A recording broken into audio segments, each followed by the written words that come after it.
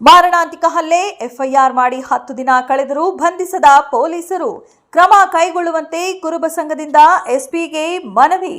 ಹೌದು ವೀಕ್ಷಕರೇ, ಬಳ್ಳಾರಿ ನಗರದ ಹೊಸಪೇಟೆ ರಸ್ತೆಯಲ್ಲಿನ ವಿನಾಯಕ ನಗರದ ಹೋಟೆಲ್ ಒಂದರಲ್ಲಿ ಕ್ಷುಲ್ಲಕ ವಿಷಯಕ್ಕೆ ಗಲಾಟೆ ನಡೆದು ದಾರದ್ ಮಿಲ್ ಮೋಹನ್ ಅವರ ಮಕ್ಕಳು ಹಾಗೂ ಹೋಟೆಲ್ ಮಾಲೀಕರಾದ ಅರುಣ್ ಕುಮಾರ್ ತೇಜ ಮತ್ತು ರವಿಕುಮಾರ್ ಎನ್ನುವವರಿಗೆ ಅದೇ ಪ್ರದೇಶದ ಪರಿಶಿಷ್ಟ ಪಂಗಡಕ್ಕೆ ಸೇರಿದ ಸುಮಾರು 8-10 ಜನರ ತಂಡ ಕಬ್ಬಿಣದ ರಾಡ್ ಮತ್ತು ಕಟ್ಟಿಗೆಗಳಿಂದ ತಲೆ, ಕೈ, ಕಾಲುಗಳಿಗೆ ಹೊಡೆದು ಮಾರಣಾಂತಿಕವಾಗಿ ಹಲ್ಲೆ ನಡೆಸಿರುತ್ತಾರೆ.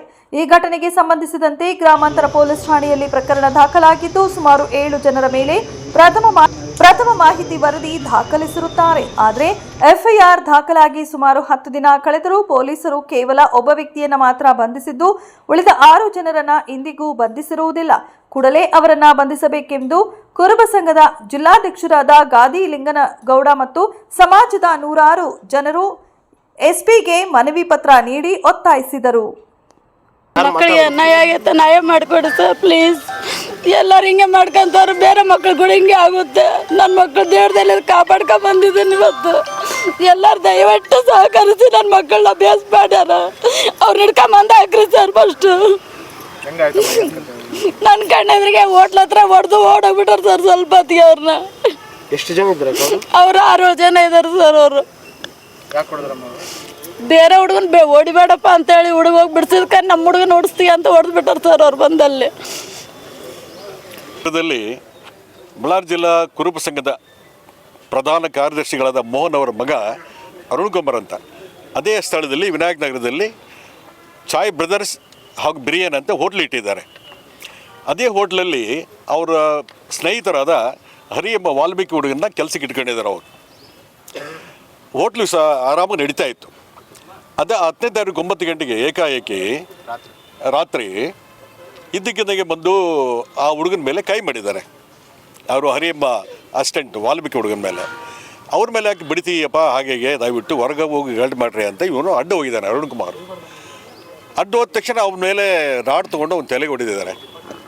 ಅವನಿಗೆ ಹೆಪ್ಪುಗಟ್ಟಿ ಸುಮಾರು ಅರ್ಧ ಗಂಟೆಯಲ್ಲಿ ಆಸ್ಪತ್ರೆಗೆ ಹೋಗ್ತಾ ಇದ್ದರೆ, ಆಪ್ರೇಷನ್ ಮಾಡದೇ ಇದ್ದರೆ you would have died there in the spot. ಇದು ನಾನು ಡಾಕ್ಟರ್ ಬಸವರಾಜ್ ಪಾಟೀಲ್ ಬೀರದರಮ್ಮ ನ್ಯೂರೋ ಸರ್ಜನ್ ಅವ್ರಿಗೆ ಫೋನ್ ಮಾಡಿದಾಗ ಅವ್ರು ಹೇಳಿದ್ದು ಇನ್ ಟೈಮಲ್ಲಿ ಬಂದಿದ್ದಾರೆ, ಅರ್ಧ ಗಂಟೆ ಏನು ತಡಾಗಿದ್ದರೆ ಆ ಹುಡುಗನ ಡೆತ್ ಆಗ್ತಿತ್ತು ಅಂತ ಅವ್ರು ಹೇಳಿದರು ಡಾಕ್ಟ್ರ್ ಅವರು. ಸೊ ಇಂಥ ಮರಣಾಂತಿಕ ಹಲ್ಲೆ ಮಾಡಿದ್ರು ಕೂಡ ಸಮಾಜಕ್ಕೆ ನ್ಯಾಯ ಸಿಗದೇ ಇದ್ದರೆ ಏನು ಮಾಡಬೇಕು? ಹೀಗಾಗಿ ನಾವು ಸಮಾಜಕ್ಕೆ ನ್ಯಾಯ ಬೇಕಂತ ಇಲ್ಲಿ ಬಂದು ಕೇಳಿದ್ವಿ ಅಷ್ಟೇ. ಎಸ್ ಪಿ ಫೋನ್ ಮಾಡಿದಾಗ ಎಸ್ ಪಿ ಅವರು ಹೇಳಿದರು, ಇಲ್ಲ ಇವತ್ತು ನನಗೆ ಮೋಕದಲ್ಲಿ ಇನ್ಸ್ಪೆಕ್ಷನ್ ಇದೆ, ಬರಲಿಕ್ಕಾಗೋದಿಲ್ಲ, ನೀವು ಅಡಿಷನಲ್ ಎಸ್ ಪಿ ಕೊಡಿ ಅಂತ ಹೇಳಿದರು. ಈಗ ಅಡಿಷನಲ್ ಬೆಸ್ ಭೇಟಿ ಆದಿವಿ. FIR ಕಾಪಿ ಪ್ಲಸ್ ನಮ್ಮ ಸಂಘದ ಒಂದು ಮೆಮೊರಂಡಮ್ ಕೊಟ್ಟಿದ್ದೀವಿ. ನಾವಿಲ್ಲಿ ಜಾತಿ ಸಂಘರ್ಷ ಮಾಡಲಿಕ್ಕೆ ಬಂದಿಲ್ಲ, ಸಮಾಜಕ್ಕೆ ನ್ಯಾಯ ಕೊಡಿ ಅಂತ ಕೇಳಿಗೆ ಬಂದಿದ್ದೀವಿ ಎಸ್ ಪಿ ಅವರಿಗೆ. ಅದೇ ಥರ ರವಿಕುಮಾರ್ಗೆ ಹೇಳಿದ್ವಿ ನಾವು, ಸಮಾಜಕ್ಕೆ ನ್ಯಾಯ ಕೊಡಿಸ್ಕೊಡಿ. ಮಾರಣಾಂತಿಕ ಹಲ್ಲೆ ಮಾಡಿ 10 ದಿವಸ ಆದರೂ ಕೊಡಿ, ಯಾರನ್ನ ಅರೆಸ್ಟ್ ಮಾಡಿಲ್ಲವಲ್ಲ.